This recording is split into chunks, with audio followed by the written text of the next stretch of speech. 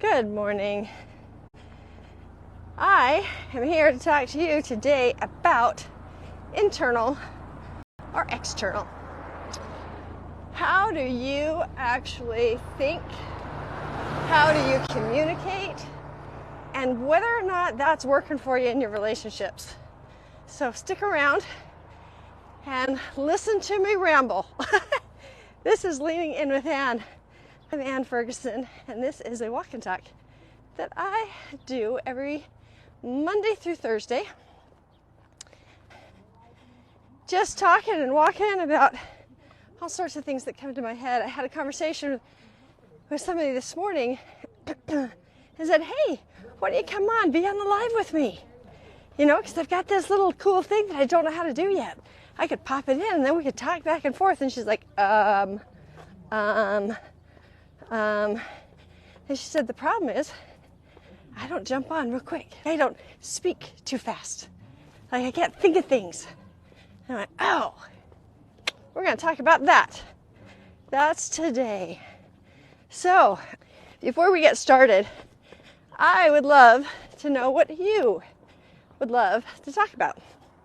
So if you put in the comments, do you have a question you don't know what to do about? Okay, if I were to say, what do you not know what to do about? What's your answer? I would love to know. I want to claim what I am today. I want you to claim what you are today. I am an external processor. Today I'm an author. Today I'm a student. I'm writing. I'm researching. Today I'm a wife. My husband comes home today. So today I'm a wife. So an external processor needs to talk, to make sense of things, to get their head clear, to know what they're even thinking. An internal processor needs to think and not share. Like think it all through before they actually speak anything out. So I want to know if you're an internal processor or an external processor. So I obviously am an external processor. That's why this works so well. I'm wondering if, well, no, I'm not wondering. I know that we judge ourselves based on other people's strengths. So for you external processors, sometimes we can judge people who write and we can't. And we get all flustered and the words just don't flow out. And it's like, you can speak all day long, but it's not coming. For an internal processor, they could possibly be judging themselves about how when there's an idea or a question that's posed, they kind of hit a brick wall and the words don't flow and they don't come up with an answer right away. And that's really frustrating for them because they can't get it out. I want you to see that it's the same thing back and forth. Isn't that fascinating that God made us like that? So being an external processor and trying to be an author is like climbing a freaking mountain. It does not flow easily. I'm very, very slow at writing. Very slow. And I judge myself and I say, for years it was just, I'm not a good writer. I'm not a good writer. I'm not a good writer. And I finally just went, oh, I'm an external processor. I used to record myself and then try to speak, and that worked for a second, but the way I speak is not the way people read. So that didn't quite work. I have internal processors who don't like to raise their hand, don't like to answer a question, don't like to speak out loud, so no one knows of the brilliant thoughts that they have going on in their heads. Unless they could write it to the teacher, and then they can formulate their thoughts and get it out clearly in the way that they want. And how does this relate to relationships? Well, An external processor is going to want to talk it out, talk it out, talk it out, talk it out. And when nobody talks it out, it's like you're running amok unsupervised in your own brain. That is not bueno. And an internal processor needs time to think about what you're saying and can't have a conversation with you because they can't think quick enough. And an external processor will go, here's all the reasons why, and these are all the things I'm thinking. And it just floods an internal processor. It cannot think. I, as an external processor, used to be very, very frustrated when I'd want to have a conversation and work everything out. And it was like, why are you avoiding me? Why are you stonewalling me? Why aren't you talking to me? We never get anything resolved. And on the other side, Tom is an internal processor. Why are you barraging me? I can't even think because I'm just listening to all your thoughts. And I don't have time to even think. And so, lots of things did not get said. And we just got flooded really, really quickly. Okay, flooding is, there's a level of emotions, a scale of emotional responses that I use to know whether or not talking is a good thing. So when that shutdown happens, when you can't talk anymore, or when you're just throwing up and vomiting all over, and it's like no one's hearing you, and you're speaking and speaking, you can't make yourself stop, or you're just flooded and shut down, you're at a level 4. And when you're at a level 4, there is no talking. Like, it doesn't work. So what I've had to do is sometimes I'll just go and I'll write in a journal and process out. Because if I'm writing in my journal, I can write because I don't care. Nobody's looking at it. I can just, it's like I'm talking. I can just write whatever thoughts. I don't care about grammar or spelling. I'm just dumping there and I feel like there's a release. So what I would love you to know about external processors is it's like there's a pressure cooker. And the thoughts are building up and building up and building up, and there's so much pressure. It's like, I've just got to let this out. And from what I see an internal processor does, is it's like there's so many things coming at, so many things coming at. I've just got to block and hide and get away. And that's the response. Isn't it interesting that God did this? My assistant is an internal processor. Do you know how awesome that is for me? Because I can text her and go, okay, I got a thought. And she just goes, go. And I give her my thought. And I can get it out. And then I can process it more. Sometimes I'll text her my thought. And it's in the roughest form possible.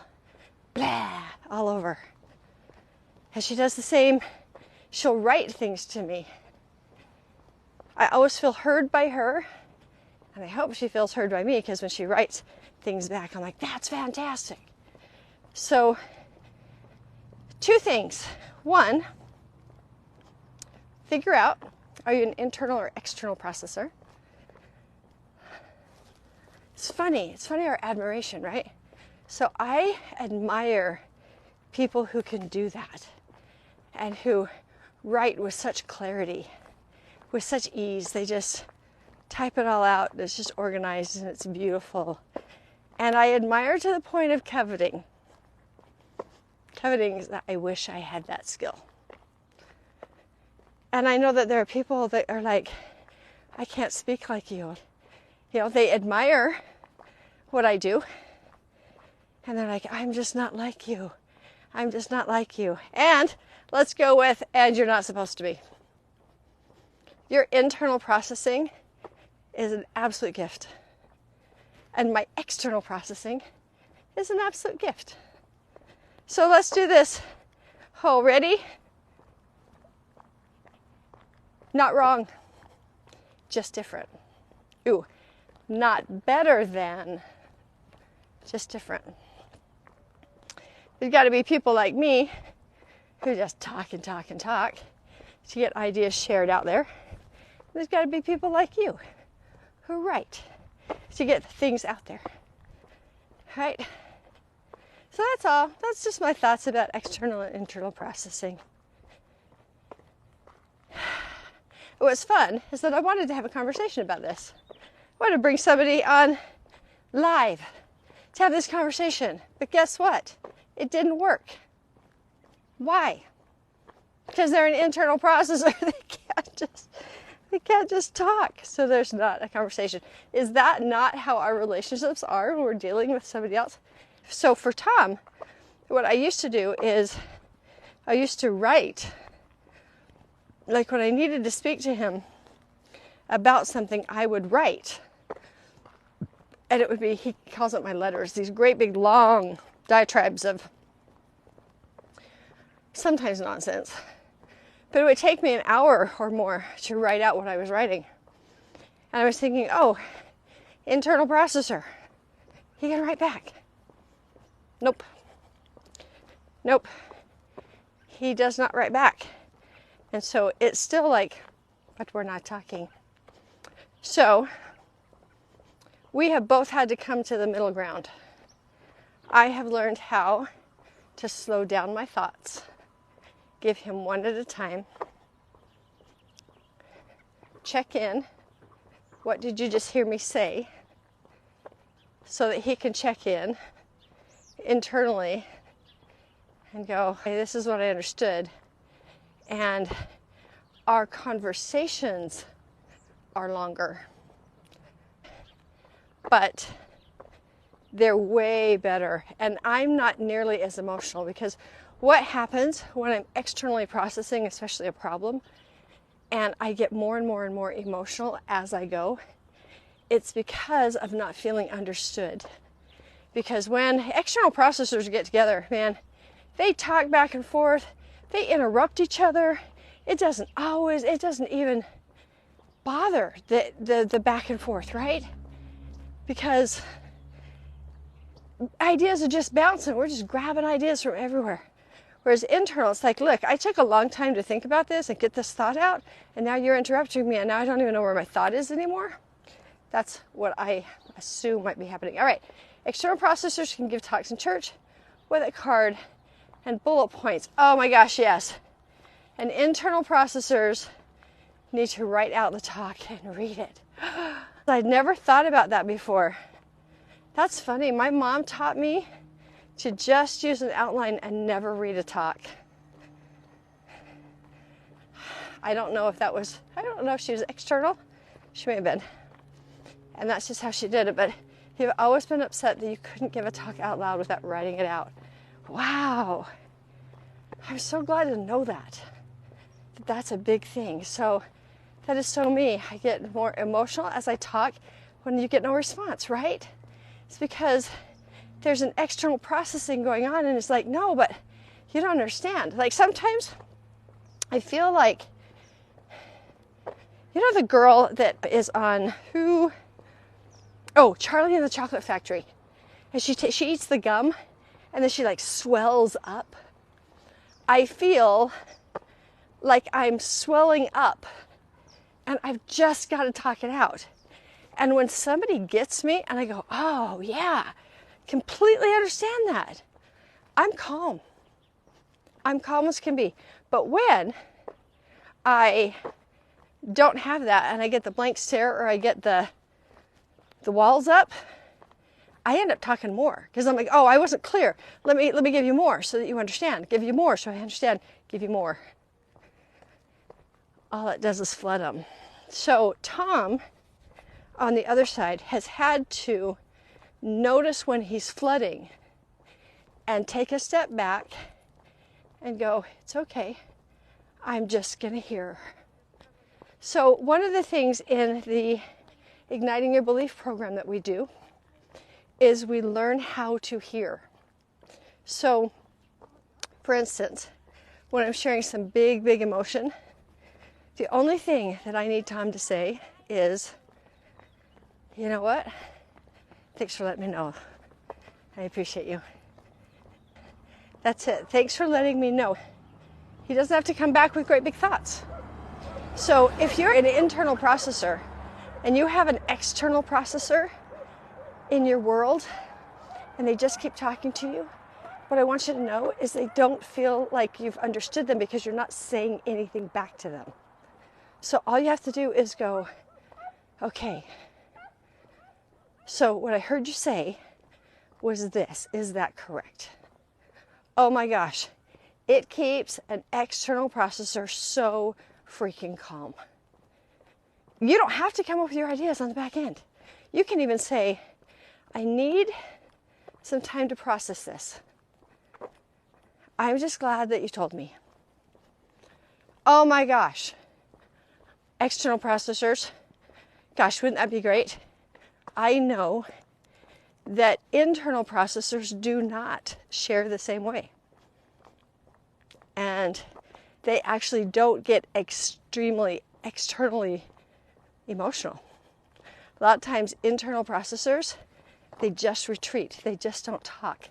So I think that it's more the external processors. Any internal processors here that can help us with this one? So do you get more emotional when you are not heard? Or is it just that you're so used to your voice not being heard because you're used to your thoughts being written? I don't know how that works, guys. Internal processors, help me out here. Do you get more emotional when you're not validated? And how do you show those emotions? Because external processor, 100%. We get more emotional and we show the emotions much bigger. What I understand is it's not just my thoughts that need to be validated, but it's actually my feelings. So an internal processor, do you share your feelings and say, I feel this right now, and then having somebody go, oh, I can see why you feel that. Let's talk about trauma for just a minute.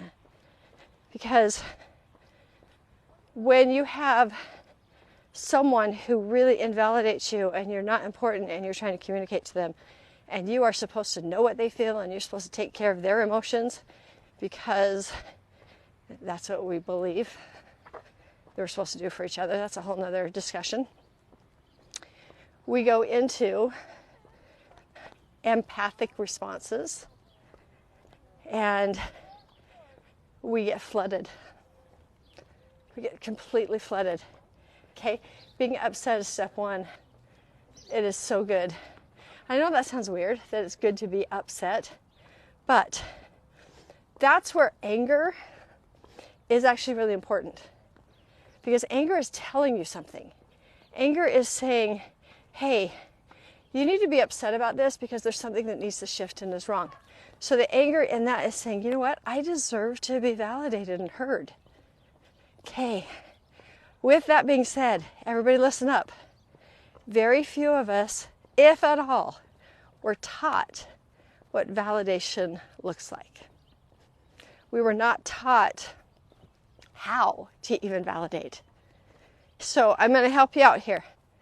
We may go longer. We just got into a new subject because you guys are like interacting with me. I love this so much when you give me comments and we can talk. Right? Because external processors don't just like to hear themselves talk. They love to have conversation. Thank you so much for the conversation today. So validation. I was raised with if somehow my parents approved of something, they would say, good job, that's a good thought. But if it was contrary to what they thought, then to say, hey, that's a good thought, would be betraying their big thing. So, for instance, let's just take it real life right now.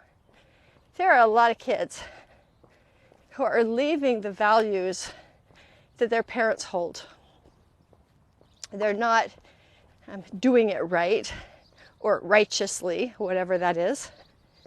And so for me to say, oh my gosh, that Lex is so great. You look like you had so much fun. When for me, Maybe there's a drink in my kid's hand.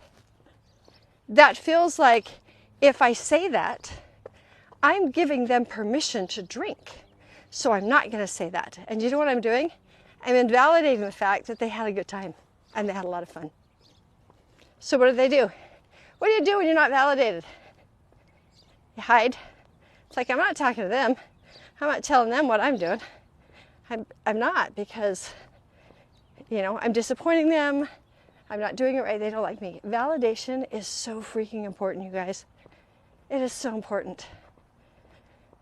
It's everything. So let me help you out on validation. Number one, you are validating someone's thought processes, not saying that their thoughts are true. So there's a bunch of validating phrases. One can be, wow, you have really, really thought this out.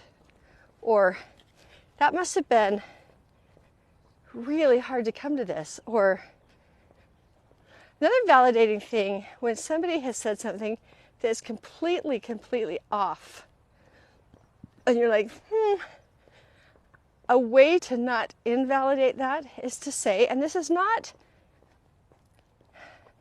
I don't want this to come off as condescending. You don't have to agree with what they say, but you can appreciate the fact that they're trying to share.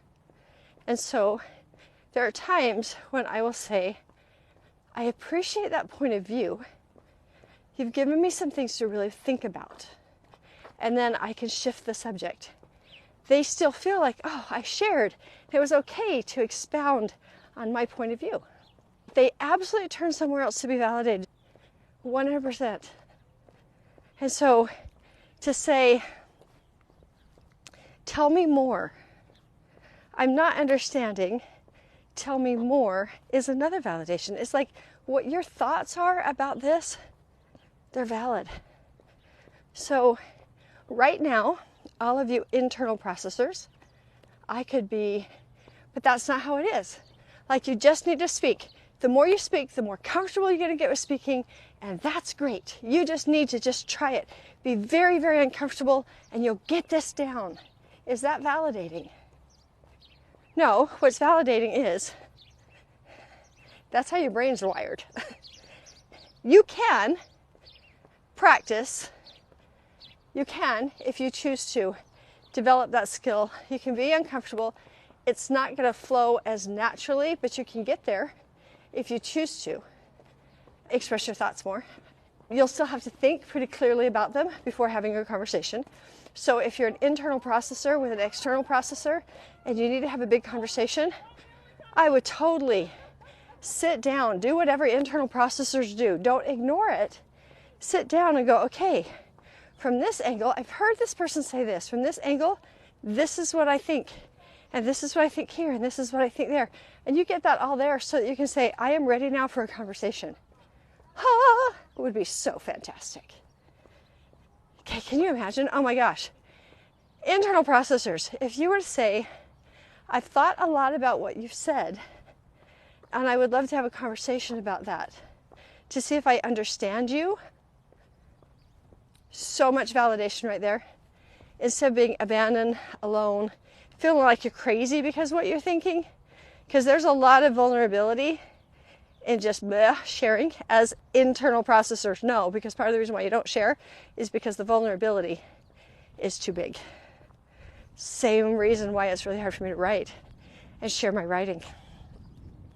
Okay, so let's go back. Validation. One of the ways to validate is to stay really, really curious. So curiosity kills judgment. We're going to say that again. Curiosity kills judgment. Stay curious. Because all you have to do as an internal processor to validate, external processor to validate, is to check in. What I heard you say was this. Is that correct? Okay, so for instance, One of my favorite stories about this is me and Tom, we were very, very first married. We were still in honeymoon phase, and he was so cute. He went out to take care of the yard work because in his growing up, that's what the men did. He and his dad would take care of the yard work. And I was in the house. All the kids were at visitation, so it was just the two of us. And I was in the house, and I was doing what women do. This is 2000s, early 2000s. And I was cleaning the house, and I was making the tub sparkle and the toilet be fresh. And I was doing my girly things, and he was doing his manly things with the yard. Well, we got done, and we had a swimming pool, so I put on my swimsuit and went to go outside. And when I went to go outside, he was just coming in, had grass all over him, very manly stuff. And I said, hey, I'm going to go sit by the pool for a minute. And he goes, I'm like, what? Like, I think, are the chemicals bad? Like, what? And he goes, I've been outside all day. And I thought, what in the world is going on right now? Like, what does that have to do with the fact that I said I'm going to go sit by the pool? So I checked in. I said, what did you just hear me say? This was fascinating, you guys. And when I say check in, this is what I mean. He said, what I heard you say was that I've been abandoning you all morning because I've been working outside and you're sad and you just want to spend time with me and you've just been waiting the whole time for me to get done, and now I just want to go sit down and watch TV. But if I don't, now you're going to feel abandoned more, you're going to feel ignored, and you're going to, it's going to be a crappy day because you're going to get all mad, and I just want to go sit down. And I went, really? Because what I said was, I'm going to go sit by the pool. That was it. I need some sun. I've been inside all day. I just need to sit by the pool. I will tell you, this kind of miscommunication happens all the time. Way more than I ever understood or realized. There are times when he'll have a reaction and I'm like, I have no idea what's going on right now. And so I'll say, hey, what did you just hear me say? And a lot of times he can tell me. And then when he says something to me and I feel myself getting angry or shutting down, I will check in and I will say, okay, what I just heard you say is that correct? So now we're just hearing each other. That's all validation is I hear you. It was totally okay for him to go in and sit down and chill out in front of the TV. Totally okay. And I could validate that because I found out what was going on. Now, if he hadn't been true to himself, I got to now go out to the pool. So he could have spent the afternoon without any conversation and joined me at the pool.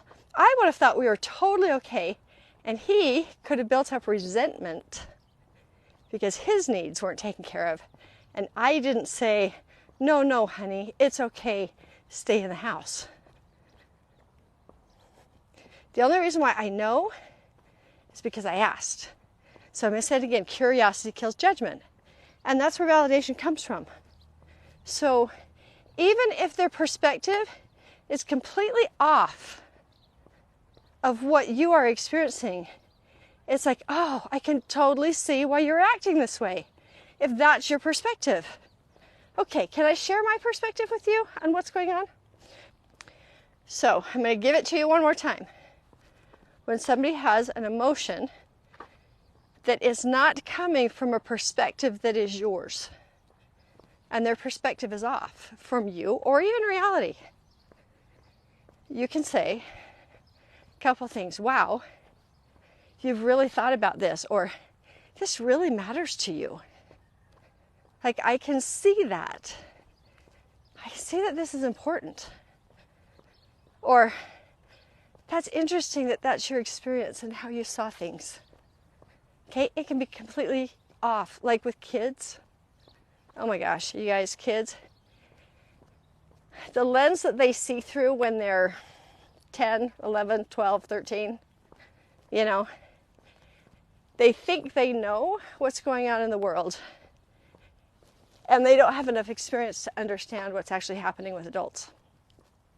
So their perspective is off. And when they will tell you about things that happened back then, you have the whole picture because you're like the adult in the picture and you know the events that surrounded it. I have invalidated my children for years because of that. Because I knew more. Because I was the adult and I could see. You know what I did not do? I didn't get down to their level and see what they saw. What were they experiencing with the knowledge that they had? Even though it's not what I said, or it's not what I meant, or it's not all of what happened, it was their experience. So it doesn't matter if you're an internal processor or an external processor. You can validate. You can validate. You can say, okay, internal processors, I need your help here. If I were to say, I would really love your perspective on this, how much time do you think you need before you can share that with me? Or does that cause stress? Like, I'm really trying to find out here, guys. When can we talk? Would that be helpful to you, internal processors, to give that time? Would that be helpful? And then, when you finally speak, guys, if you've got somebody who's an internal processor and they finally share their thoughts with you, will you please thank them for their thoughts? Thank you so much for taking the time and the courage sometimes to share.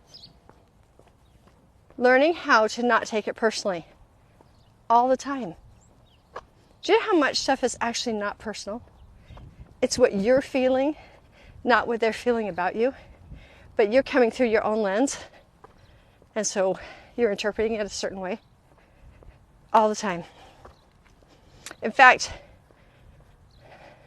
I heard something in church yesterday that I was fascinated about. So in my church, there's a program called Ministering Sisters or Ministering Brothers, and what we do is that there's a couple of people that we will supposedly go and see and talk to and visit with and become friends with, so that if anybody needs any help, they can get the help and they have someone to go to.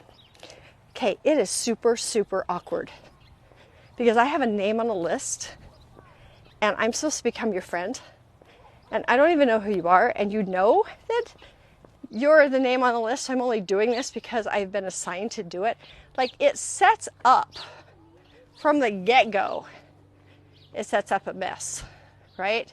There's a lady who was talking yesterday at church about how it had been like, all of a sudden there's this woman who shows up at her door and she's got like a gift. And she says, "Hi, I'm your ministering sister. I'm not really very good at this, but I want to bring this by, and if you need anything, let me know." And then she left. And the woman in church was like I'm ever gonna ask her for anything. I was just something that she checked off a list. Do you know what I saw in that? Oh gosh, I saw somebody that was extremely intimidated with talking with strangers, brought a peace offering, admitted their weakness, and tried.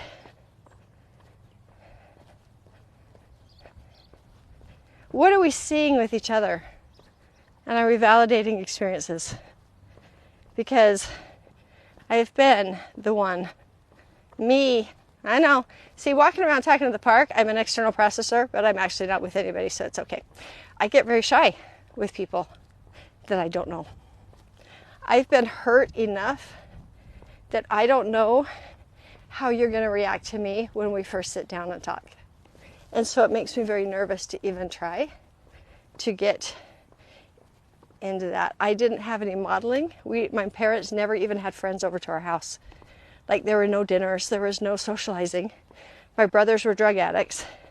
Nobody came to the house. We didn't do a thing. And so knowing how to break into a relationship is actually really hard for me. So I could totally see the side of that sister who decided to finally call. So when we talk about it's not always about you, it's really not always about you. It's not about you. And you can say, like in a situation like that, I'm grateful that you did this. This is awkward, right? Like, it's so awkward to try to be friends when it's on a list. I appreciate the fact that you did that. And then it's okay if she never calls her again, because the other woman gets really afraid of even trying again to be a friend. Totally get that. Validation. Internal, external. Let's just validate the crap. All right, guys, I am so grateful that you were here, that you interacted with me. It makes it so much easier, because sometimes just talking, it can feel prideful, right? You got me out of bed today. You got me on my walk. Thank you for being here. And I will see you all soon. Bye.